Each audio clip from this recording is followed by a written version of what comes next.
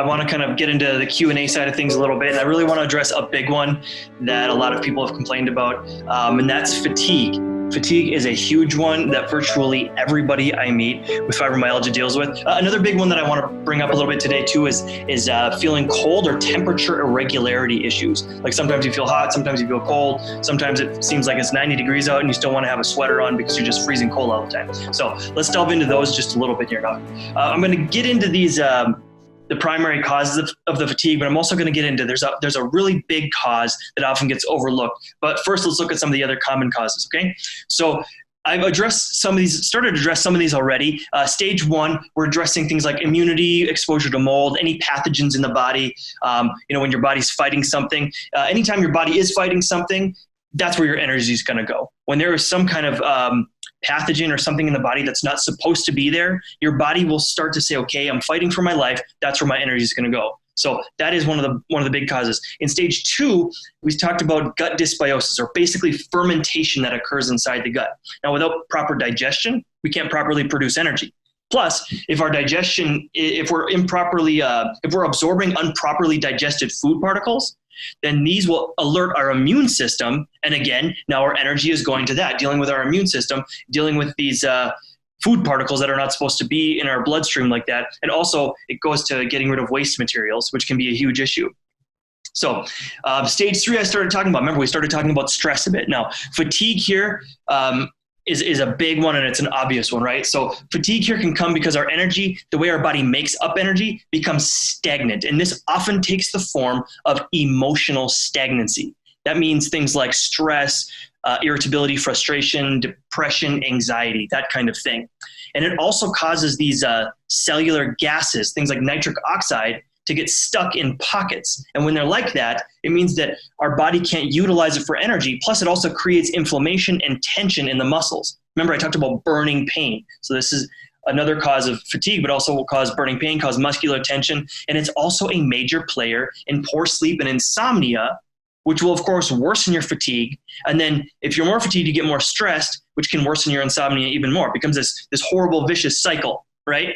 So now I haven't talked about this one yet, but when we get into the fourth stage, we're talking about circulation or poor circulation. So basically, when we get into this stage, we're looking at how nothing is functioning properly if it's not being delivered enough fresh blood with oxygen and nutrients. And that blood is also responsible for helping carry out waste materials. So if you've got poor circulation, this can happen at post-surgical sites where you might have scar tissue. It can happen with things like varicose veins. It can happen in, menstrual irregularities. All of these things can hamper circulation, and then by extension can cause other things like pains and fatigue. Now, in some cases, basically these first four stages that I just mentioned, these are the primary stages when we're dealing with fibromyalgia. They are geared towards removing obstructions from the body, which naturally makes the body work better. Now, in some cases, we need to start addressing a few other stages to work on the fatigue. Now, that big major cause of fatigue, I'm still going to get to that one, but let's look at these other stages now. Now, when we get to the fifth stage, we're actually literally dealing with the mitochondria. These are the cellular powerhouses. This is where you produce energy. And in some cases, those are hypofunctioning. They're not functioning as well, so that needs to get addressed.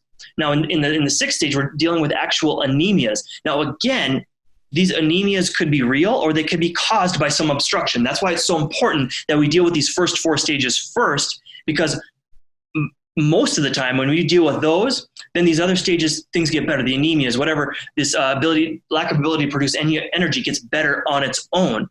But some people that have had great blood loss, maybe from childbirth, from some kind of accident injury, is very common in women that have had menorrhagia, where they've had a very heavy periods for prolonged periods of time. They can basically become almost anemic, and this will cause fatigue. But interestingly, it'll also hamper the body's natural ability to fight pain and inflammation. So when we're dealing with this stage, we actually have to get the cells and our genes to increase expression of natural antioxidants. These are natural constituents that help fight inflammation and pain. Now, beyond that, we've got stages 7th and 8th, and we start to really deal with hormonal type issues and issues with the thyroid axis. Now, this gets very interesting if you're a nerd like me. So I mentioned talking about when people get cold or they have these temperature irregularity issues. Now, in that first stage, when we're dealing with pathogens, it can cause this temperature disparity where like sometimes you're hot, sometimes you're cold. And in most cases, it's a stage 1 issue and it gets taken care of very, very quickly. Now, in some cases, this can actually be hormone related. It can be related to the thyroid. It can be related to estrogen, progesterone, and testosterone. Now, what we're actually finding now is that our whole species, humans in general, our average body temperatures are dropping. So what does this mean for us? So when I take people's temperatures, a lot of people have normal temperatures that are a full degree or sometimes 1.5 degrees less than the normal 98.6 degrees. And what we know from research is that when our body temperatures are lower, it decreases our ability to produce endogenous corticosteroids.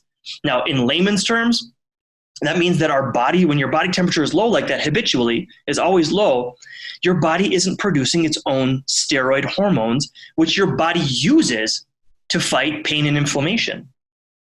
So if you're already in this place, your body isn't fighting inflammation itself, and you are more likely to get inflamed. You're more likely to have pain. And, I was just reading recently a bunch of people talking about how they get steroid injections for their knees or for other places. Now, what if your body made that stuff by itself? What if your body was doing what it was supposed to be doing and producing these steroid hormones like that?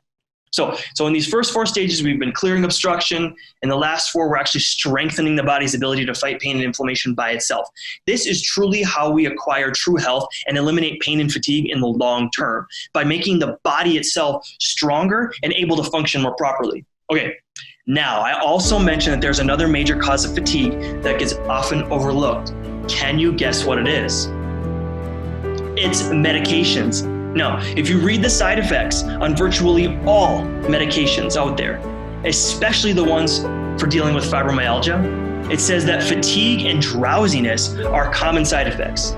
Now, what's even more interesting is that some of these medications also can cause certain pains as a side effect. Now, doesn't that seem odd? The thing that is supposed to be taking care of the pain and making better might actually be making you more tired and might actually cause certain types of pains. So I hope that sheds some light on this, on some of these temperature irregularity issues, and then of course fatigue, which is such a huge issue when dealing with fibromyalgia. So really, you see where the key is addressing these things sequentially, addressing these stages in the proper order. So you remove obstruction from the body, and then you strengthen the body's innate ability to take care of itself.